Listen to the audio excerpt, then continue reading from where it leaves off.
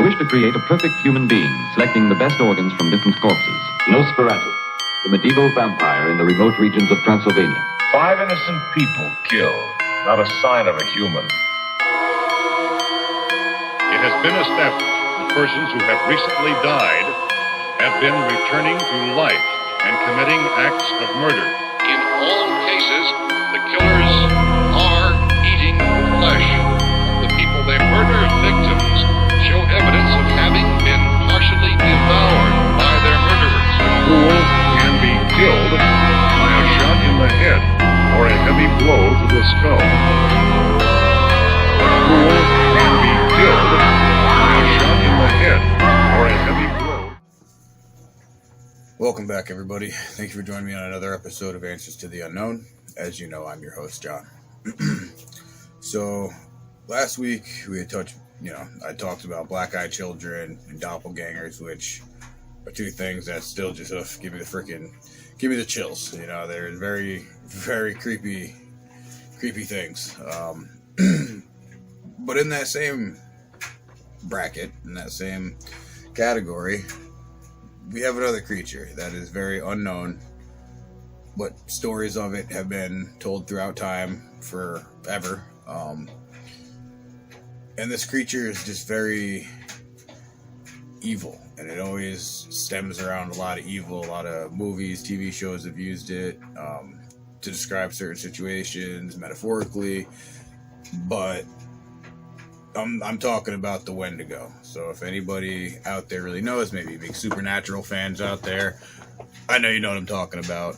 And this creature has been known to exist back in the day. This is something that was, not fabricated in Hollywood. This was actually something that, if you look into ancient Indian lore, all the Native American tales, they talk about this thing.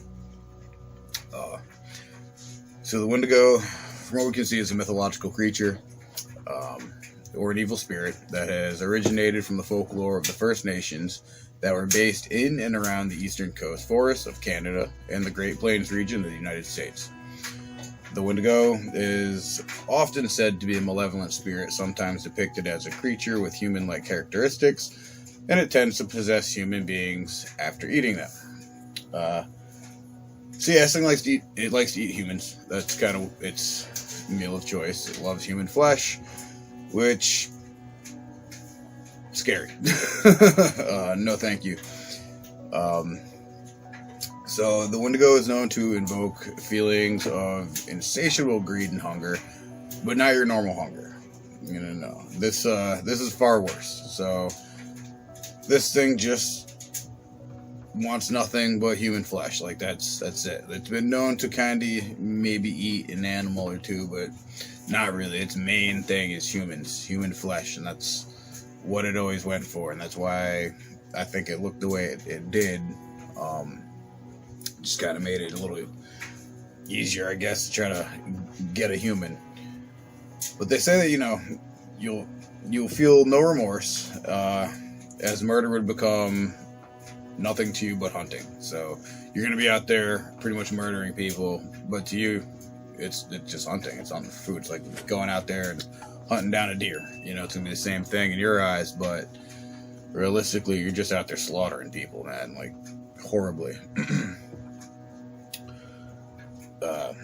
And as the hunger grows, so will the murder. I mean, you're going to get hungrier and hungrier. You're going to kill more often. It might start off a little, maybe one time over here, and then maybe one time over there, and then eventually the hunger is just going to grow, and it's just going to become, smaller and smaller and smaller until you're right after another. Just boom, boom, boom, boom, boom. You're killing people, and you're still hungry, So just imagine that. You're just eating all this, and still hungry, It's crazy. The person responsible, could have been a Wendigo, which is what a lot of people think about certain serial killers. They think that certain serial killers were actually Wendigos, or possessed by the Wendigo. However, the stories go, because honestly, a lot of them are the same. They range in a lot of different tellings, but for the most part, it's same roots. Yeah, so people, thought that certain serial killers, maybe they're Wendigos. In the 20th and 21st century, in the settler culture, they described the Wendigo as a great humanoid with a heart of ice and a foul stench. So I know a lot of things have the foul stench. They talk about Bigfoot having foul stenches, skunk apes, which are all the same. I think any type of creature that is living out in the wild, one. Two, especially one that has been known to eat, a lot of humans and stuff like that. I'm sure they have a stockpile of, meat and food. So I'm pretty sure it doesn't smell the best. I mean, you've got nothing but dead human meat in the teeth and, human blood that's just been sitting there forever. And they're probably gross and disgusting smelling. I can only imagine. Possibly due to long-time identification by the Europeans with their own superstitions about the, werewolves. They're big into that. That's where that came from. Werewolf in London and all that. But Europeans definitely have their mythological or biblical creatures that they totally believe is real, which as do most, people in American religions and stuff like that. So they all believe, in the other creatures of the devil. The modern day Wendigo's appearance has changed. As seen in Hollywood, the Wendigo is depicted as this horned or antlered beast with a human body, thin fingers with claws, and a deer, skull for a head. That's usually what people see in Hollywood versions of the Wendigo. That's not the case, though.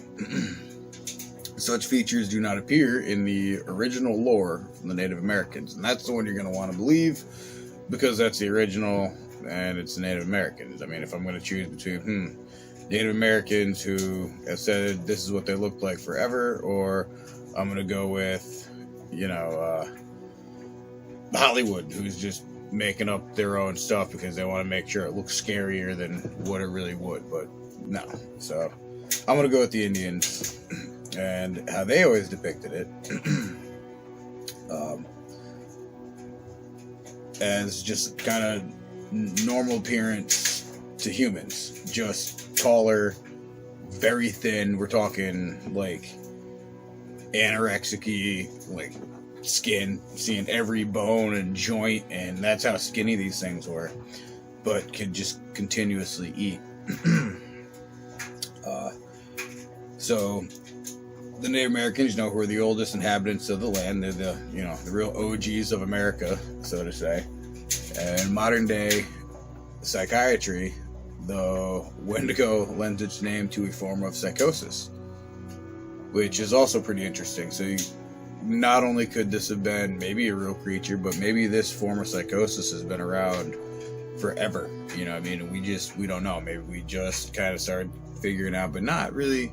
Don't know too much about how it works out, but it makes sense into how you act, So they have, it's called Wendigo psychosis, and it's characterized by the symptoms such as intense cravings for human flesh and an intense fear of becoming a cannibal. Wendigo psychosis is described as a culture-bound syndrome, so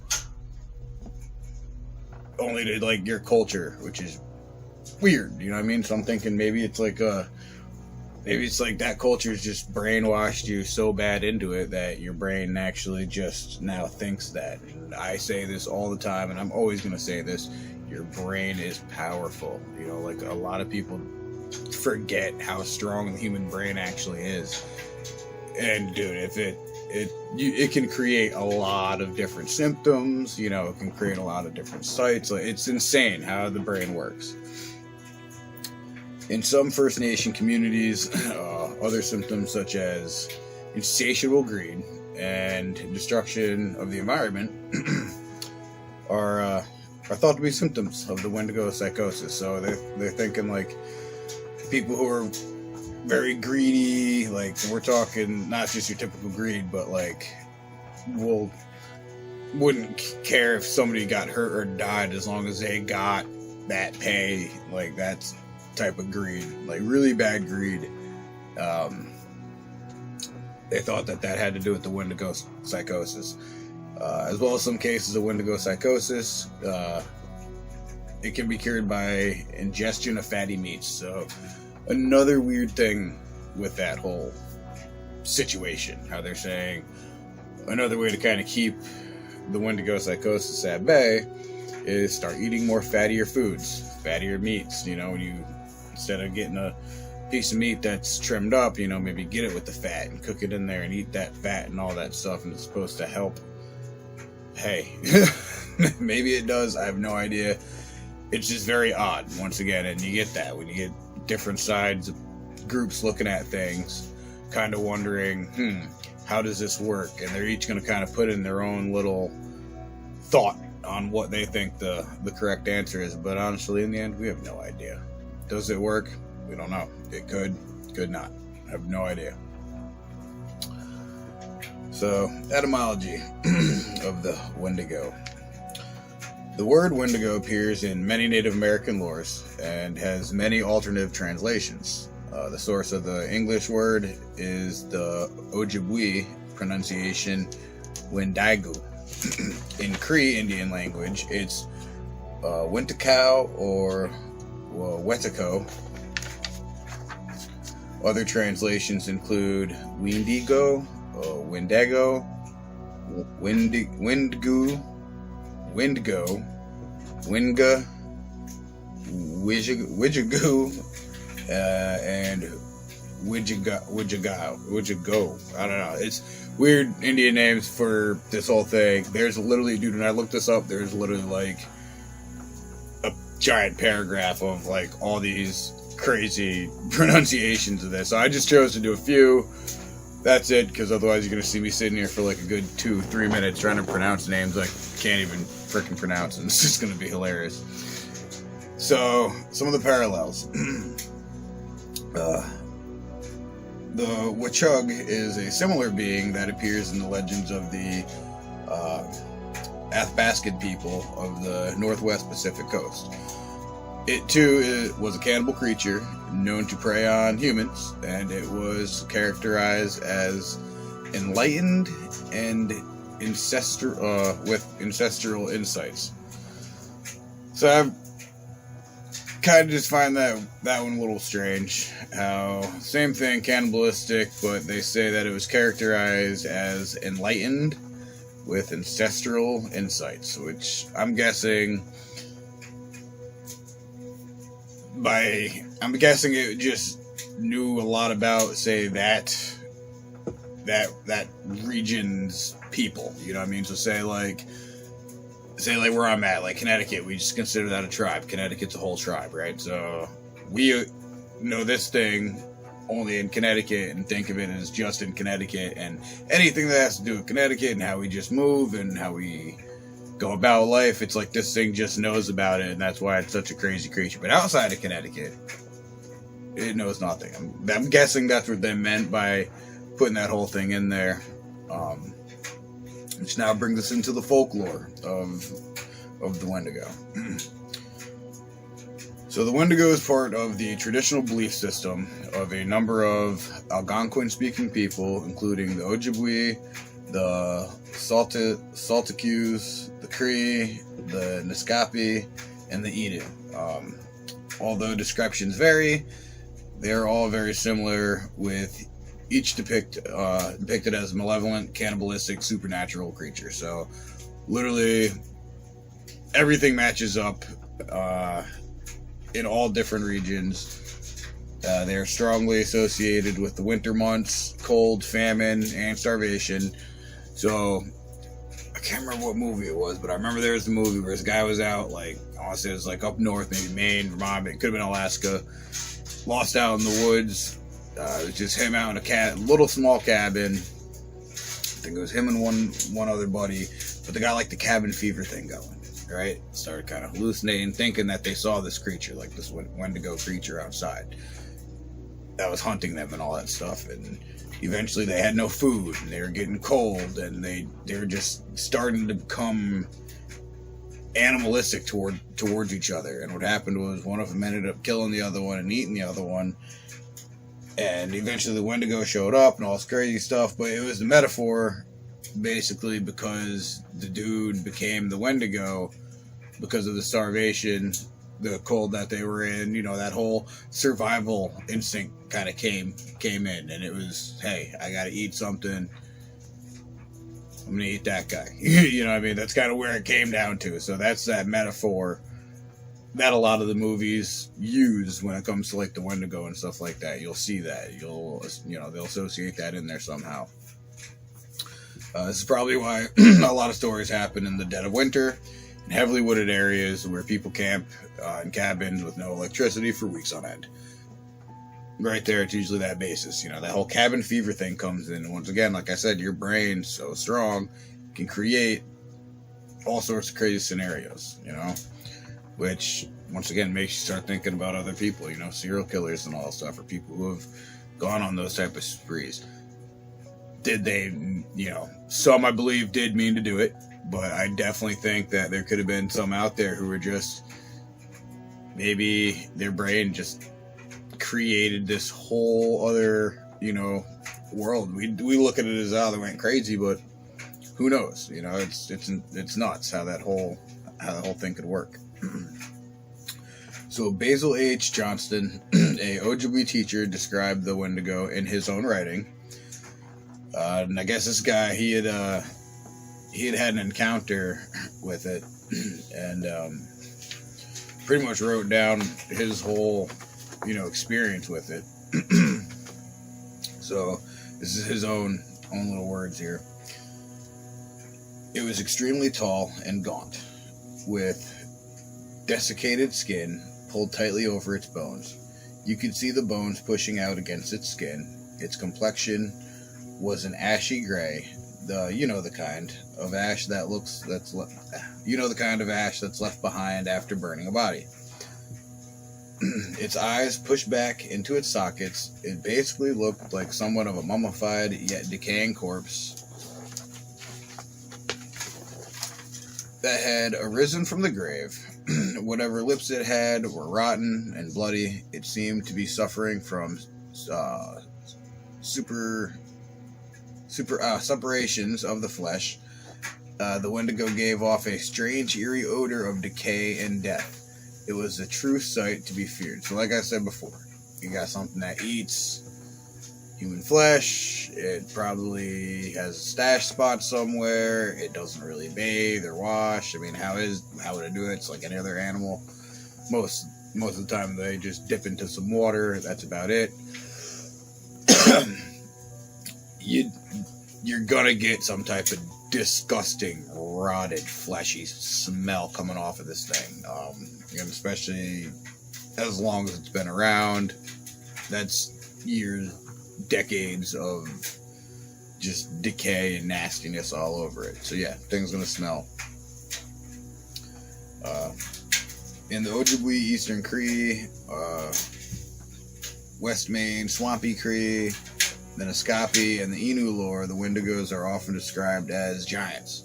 So most of the time when you hear about the Wendigo, they're usually like maybe a little taller than like your average human. So we're talking, they'll probably be about like maybe 6 feet, 6 feet tall, something like that.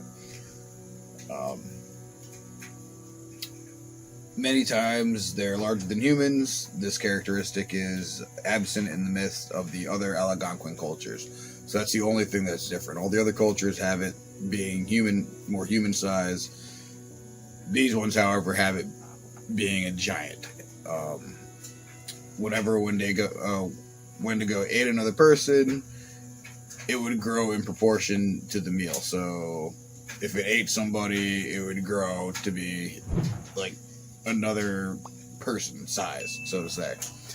It would just keep doing that and doing that and doing that every time it ate. So the thing would just end up becoming massive, which you think about it, as long as the thing's been around, as much as it has to eat, I mean, it would be a giant. And we're talking, I mean, towering over trees, buildings. It would be huge. There'd be no way to not see them, so that one I think their people were just really short. That's what I think. I think that's what that is. No matter how much it ate, it would never be full. So it's the same thing, still the same. And they always say that explains the appearance. It looks like it's starving, even though it eats so much. You see, the Wendigo is seen as the embodiment of gluttony, greed, and the hunger for human flesh. So never satisfied after killing. So it is constantly just in search of new victims. And that's the whole basis of the Wendigo, is the greed, the consumption of human flesh. It's just it's about. It's one of the, part of this 7 deadly sins. It represents a lot of that bad stuff. You see, the Wendigo need not lose the human powers of cognition or speech. In some descriptions, they can clearly communicate with its victims, mostly to threaten or to taunt them. So this is not a creature that can't speak. There's actually tales of being out in the woods, and they almost mimic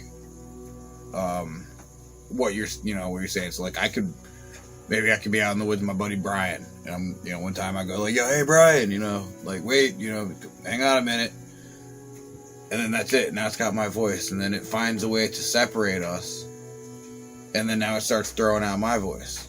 Brian, hey, hey, wait, help, I'm over here. So now Brian comes after my voice. Meanwhile, I'm not even over there. I'm over here trying to find Brian, calling his name, but he only hears my voice over here, so he goes towards that, then Wendigo gets him. Same thing with me. Maybe now I'm hearing Brian's voice, and I'm walking to where I think Brian is, but it's not. It's a Wendigo. So it does that. It's been known to threaten, if you don't do this, if you can't do that, whatever threats it has, it's been known to do that. Anything to get you to get closer to it so it can make you its next meal. A story collected in the early 20th century by Lottie Marsden stated how the Wendigo used tools and the ability to survive partial disembodiment and perform self-cannibalism. So they're saying how this person was saying how if it's stale, it could survive having parts of its body cut off, and it would actually eat that part to stay alive, kind of how I think certain lizards will do that and stuff like that, and it'll grow back eventually.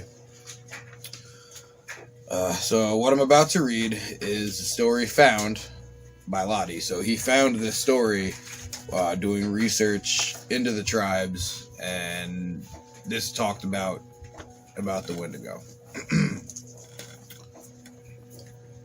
One time long ago, a Wendigo stole an Indian boy, but the boy was too thin to eat, so the Wendigo kept him. Its plan was to keep the boy till he was fat enough to eat, attempting to fatten him up, but because of the constant moving and lack of proper food, prevented that from happening. The Wendigo used a knife, and it would cut the boy, on his arm to see if he was if he was fattening up. Then one day they came across an Indian village, so the Wendigo sent the boy into the village to try to lure out its next meal. Upon entering the village, the boy immediately told them how he was taken captive by the Wendigo and what it was planning.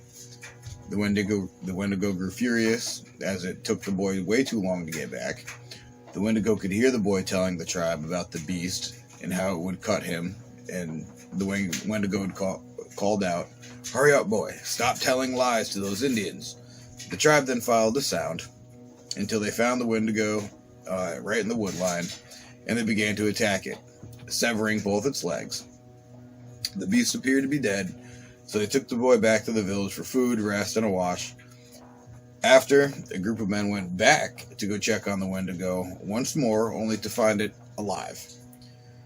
It was literally sitting there eating its own severed legs, sucking the marrow from the bones. The men asked it why it eats its legs if there is no meat. The Wendigo stared at them, still sucking the marrow. "Answer me, beast," said one of the Indians. The Wendigo stopped siphoning its leg and said, "I've eaten hundreds of Indians. There is plenty of fat in these bones." The Indian men then killed the Wendigo by dismembering it completely, cutting off its head, and burning it, thus killing it for good. Or so they believed. Many cases still occur to this day of the Wendigo sightings, mainly, in those situations, like I said, and sometimes it's not even in cold, wintry months. Sometimes it's people getting lost in the woods in the summertime. It just stems around that. Now, once again, could that be something out there? Or could that be your mind after the story's been around for so long? I'm sure you've heard of it. I'm sure you've seen a movie about it. So is it your brain, relating to that situation that you may have read about or seen in a movie that you're in now, and it's trying to put it together, You gotta think that could be happening as well. So the modern day take on the Wendigo, in some traditions, humans overpowered by greed could turn into Wendigos. So that's kind of what they're saying now is you get into the greed, it just turns you into one. The myth served as a method of encouraging corporations and cooperation and moderation. So we kind of use it now as just like a business tactic, so to say. Other sources say that Wendigos were created when humans resorted to cannibalism to survive. And that, like I said, goes back into the being lost out in the woods or just stranded somewhere for a long period of time, and you get the whole cabin fever thing. Your brain starts to just go crazy, and maybe you got to eat your buddy to survive, that type of stuff. Humans could also turn into Wendigos by being in contact with one for too long. So say if one was trying to contact you, lure you in slowly, you could turn into that. So a lot of people say if you were to kill it, you would turn into it. And the other version of that is if it kind of bites you type thing, it can turn you. So there's a way in certain lores now that they make it that it can turn you. True? I have no idea. To me, it seems just like something that's strummed up through Hollywood just to keep things going. I just like to go back with the old school original facts because it makes more sense to me versus going with the modern day Hollywood stuff that's always out there. So it's almost like how a possession would work with the whole humans being in contact with one for too long. So, taboo reinforcement ceremony. So this one's pretty interesting. So among the Cree and the Ojibwe people to this day, a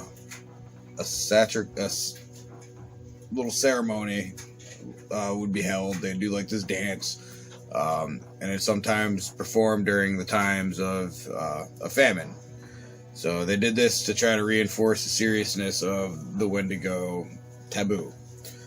The ceremony, known as the Wendigo Conzimoen, was performed during famine and involved wearing masks and dancing backwards around a drum. The last known Wendigo ceremony conducted in the United States was at Lake Wendigo on Star Island, located within the Leech Lake Indian Reservation in North Minnesota.